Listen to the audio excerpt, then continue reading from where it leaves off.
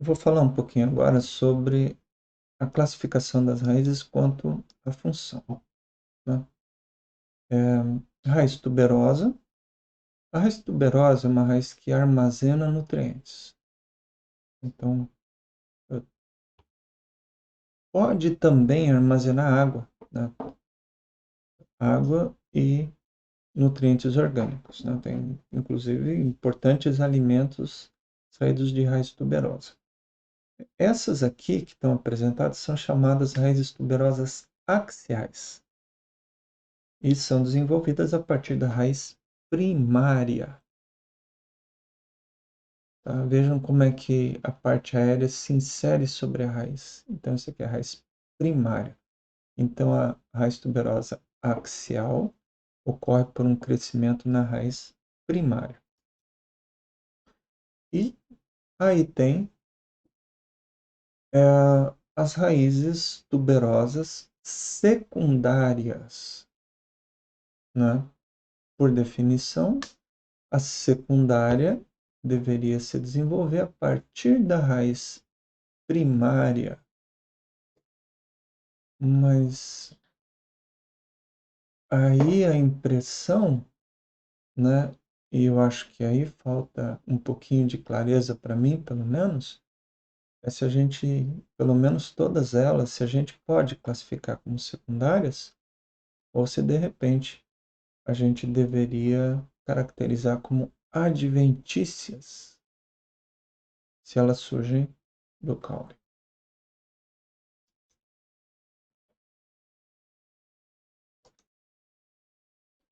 Aqui um sistema de raízes aéreas de suporte, isso aqui é muito interessante, são as raízes escora. Normalmente é um termo genérico para essas raízes que fazem suporte. E daí, até pouco tempo atrás, aquelas raízes da rizófora entravam nesse grupo, né? Mas, enfim, hoje a classificação da rizófora é que aquilo é um caule.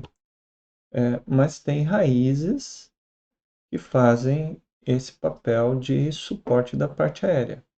E também tem classificações que colocam termos diferentes para esses tipos de raiz, né?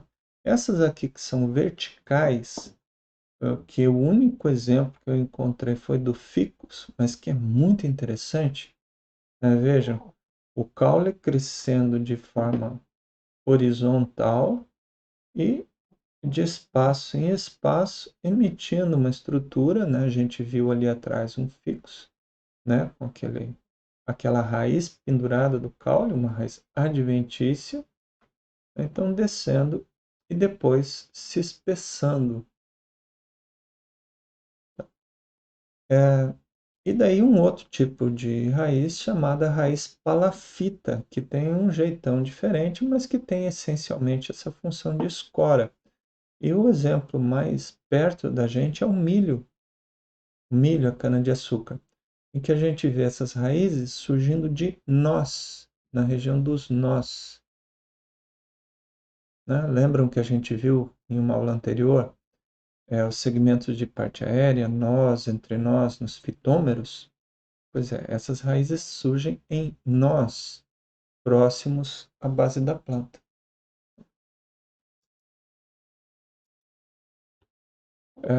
Outro tipo de raiz estrutural, né, que faz suporte são as raízes tabulares.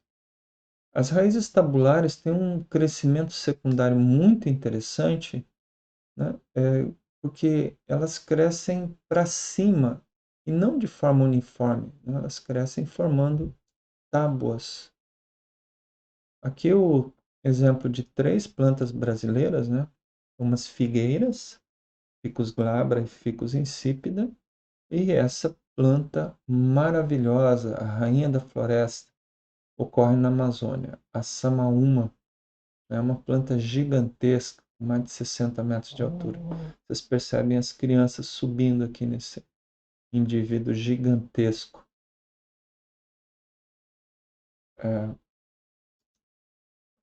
É, raízes respiratórias. Raízes respiratórias são raízes secundárias,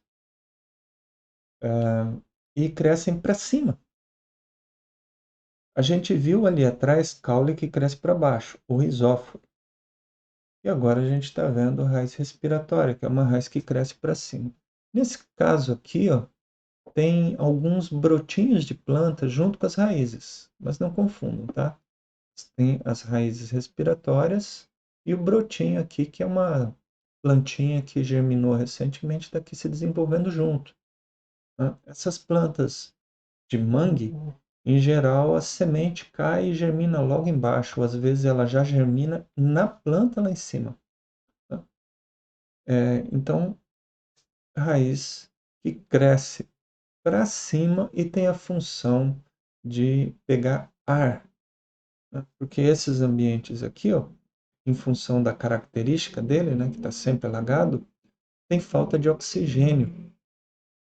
Daí a necessidade, lembra que a gente já conversou que as células eucarióticas dependem de oxigênio. Então, é claro, tem que ter oxigênio de algum lugar aqui, tá? Então, essas raízes têm essa função de buscar ar, trazer oxigênio e nisso também acabam eliminando CO2.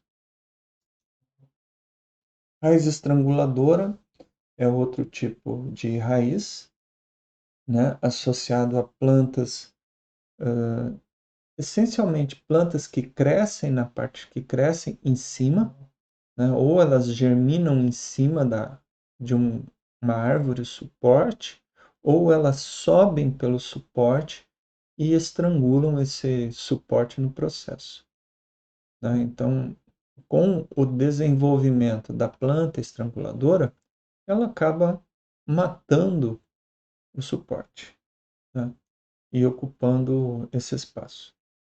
É uma estratégia ecológica,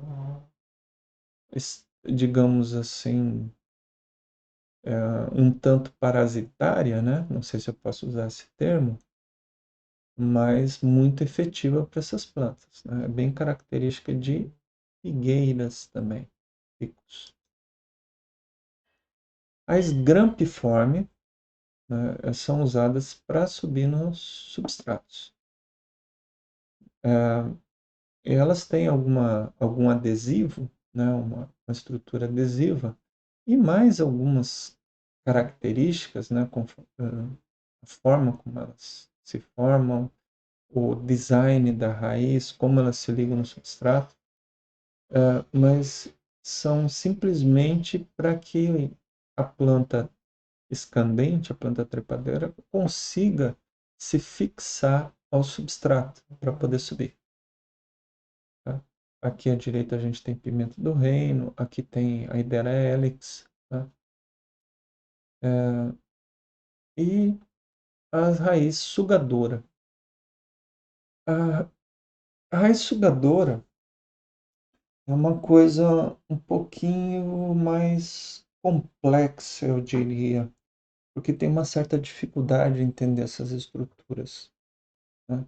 E tem uma diversidade grande nessas estruturas também, e na própria ligação com o caule da hospedeira. Para os interessados, eu vou convidar a dar uma lida aqui, ó, nesse texto, que fala um pouquinho sobre isso, né?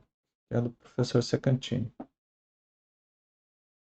Ah, bom, mas aqui, ó, inclusive, a parte raiz sugadora é confundida com austório, né? Porque a planta, ela emite uma raiz, ou pode emitir uma raiz, como vocês veem aqui, ó, tá? E essa raiz, eventualmente, pode fazer contato é, com a planta hospedeira. Nesse caso aqui, ela está fixada no substrato. Não sei se existe uma conexão aqui por baixo, mas muito provavelmente tem. Normalmente a semente adere em função de uma substância no fruto, uma coisa muito adesiva, né? Uma massa adesiva que fica junto com a semente, adere ao hospedeiro e a partir daí começa a crescer. pode emitir raiz grampiforme inicialmente para se grudar no substrato. Daí a confusão com os termos, né? Essa raiz grampiforme ela só está prendendo a planta. E depois o austório. E austório em si é a conexão da planta com o sistema vascular do hospedeiro. Né? Então, daí a confusão de terminologia aqui, ó, porque existe a raiz, geralmente se chama a raiz toda como austório, mas nem toda raiz de planta parasita é austório. E austório pode ser apenas uma parte da própria raiz sugadora. É confuso, né? É confuso.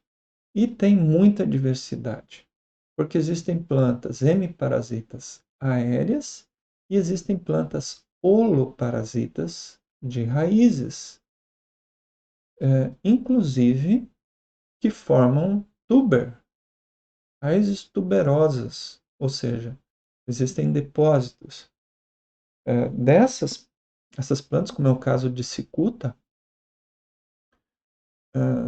na ligação da raiz com o hospedeiro.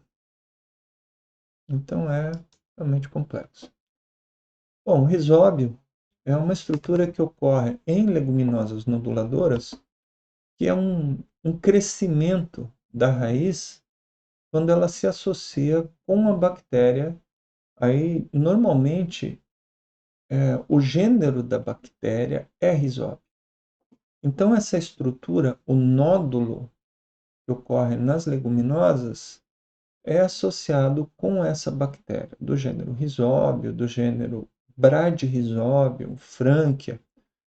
Mas isso aqui é um crescimento da planta.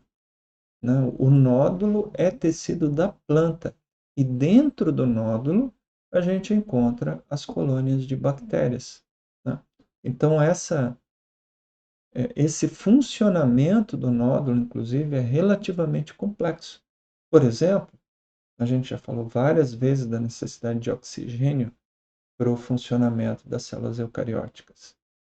Porém, essa bactéria que faz a captura de nitrogênio atmosférico, muito eficiente, ela só consegue fazer a captura no ambiente sem oxigênio.